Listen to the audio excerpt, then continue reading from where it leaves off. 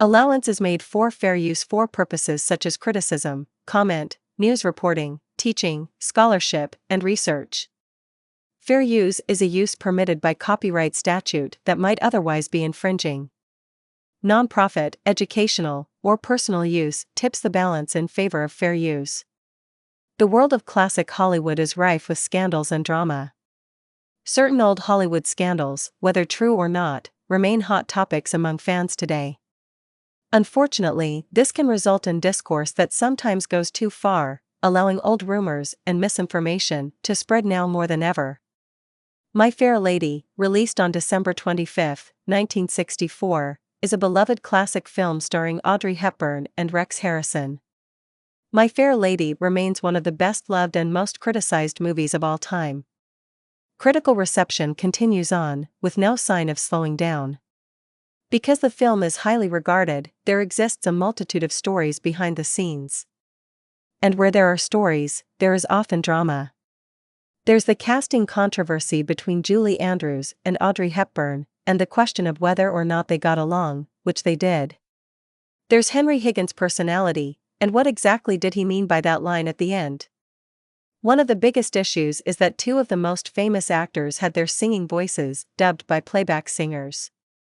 Playback singers, also known as ghost singers, are often hired to dub those who specialize in dancing or otherwise are non-musical performers. One could argue that the studio could have gone the Rex Harrison route. There were reasons why they did not. Harrison, refusing to mime, had a microphone and a transmitter strapped to his person, so that his singing could be recorded along with the pre-recorded music. This was a revolutionary technique, but a very complicated process, as radio microphones, being in their infancy, were quite bulky and sensitive to interference, which made completing the "I've grown accustomed to her face" scene almost impossible. This difficulty was best expressed by George Cukor, who said, "We got a lovely break from God in that he kept all the extraneous radio signals under control." Bill Shirley and Marni Nixon were both classically trained, prolific playback singers who were called upon to dub the singing parts for actors. Marni Nixon is best known for providing the singing parts of actresses in films. Bill Shirley is best known for providing the speaking and singing voice of Prince Philip in Disney's Sleeping Beauty. When Audrey Hepburn found out that most of her singing was going to be dubbed, she was understandably perturbed. This, while sometimes unfortunate, is a common practice in the music industry. Dubbers for the film were required, because the songs were not transposed down to accommodate the actors' voices. Despite this, she worked closely with Marni Nixon, asking her for a bit of advice. Nixon expressed how fascinating it was to get involved with the actress.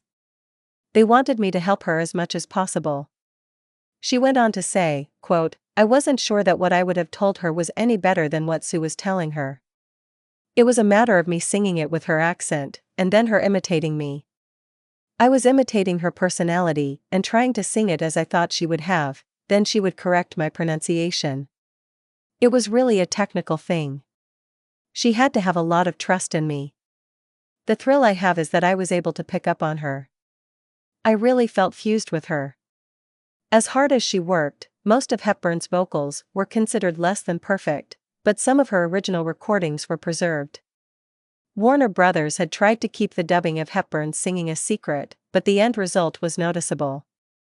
The publicity department issued a statement that Marni Nixon had only done half of the singing, which Nixon's husband denied. The half-secrecy only generated more gossip and emotional response. Even Hedda Hopper wrote, "With Marni Nixon doing the singing, Audrey Hepburn gives only half a performance."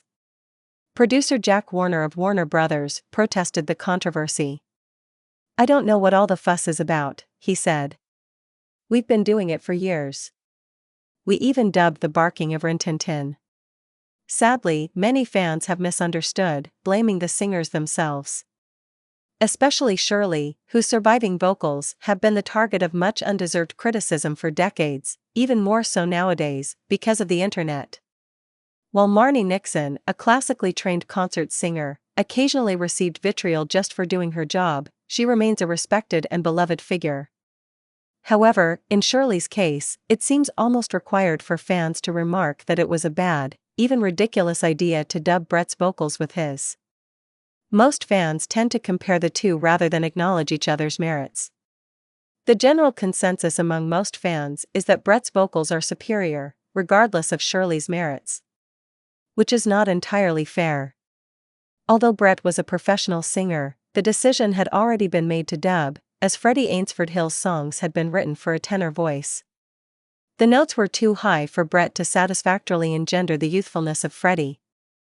Bill Shirley was always known for inviting those who he dubbed to hear him and get an opinion, but so far, there is nothing to suggest that Brett and Shirley ever worked together. Brett's decades-long denial of the dubbing, sans information about any interaction between the two, suggests that the studio worked with Shirley alone. Any suggestion by Bill to work with Jeremy may have been given the brush off by the directors during the recording process, leaving Brett to make the final discovery on his own. When Brett finally admitted in interviews that he had been dubbed, the filmmakers showcased this confession in a way that laid blame to Shirley and Nixon almost personally, as if they had done it to hurt Audrey Hepburn and himself. Regardless of their intentions, the damage was done, and for this reason fans of My Fair Lady and Jeremy Brett vilify Bill Shirley to this day, as if the situation was his fault. It has even been suggested that the dubbing incident was the cause of Brett's mental and physical health problems in later life, which is a far-fetched accusation that nobody deserves. Brett has gone down in history as one of the greatest baritone singers and actors of his time. Among numerous credits to his name, he received the LA with tilde copyright Guillaume d'Honneur Award in 1994 for his much-acclaimed portrayal of Sherlock Holmes. Despite being dubbed, he did very well. Credit was stolen from Bill Shirley, too. Most do not know he did not like doing dub work. Sometimes he received the credit, but not the advantage of being seen, which was what he needed to help keep his career alive. Simultaneously personable and introverted, Shirley appreciated the reactions of live audiences, and did the best he could to further his career. But he was also wary of the limelight.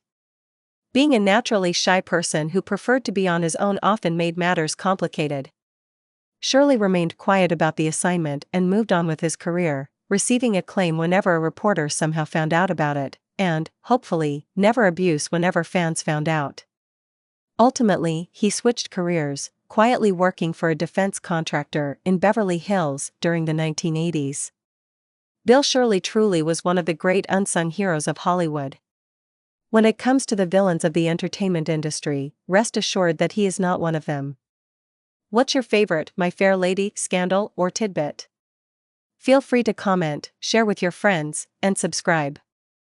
Thank you for watching.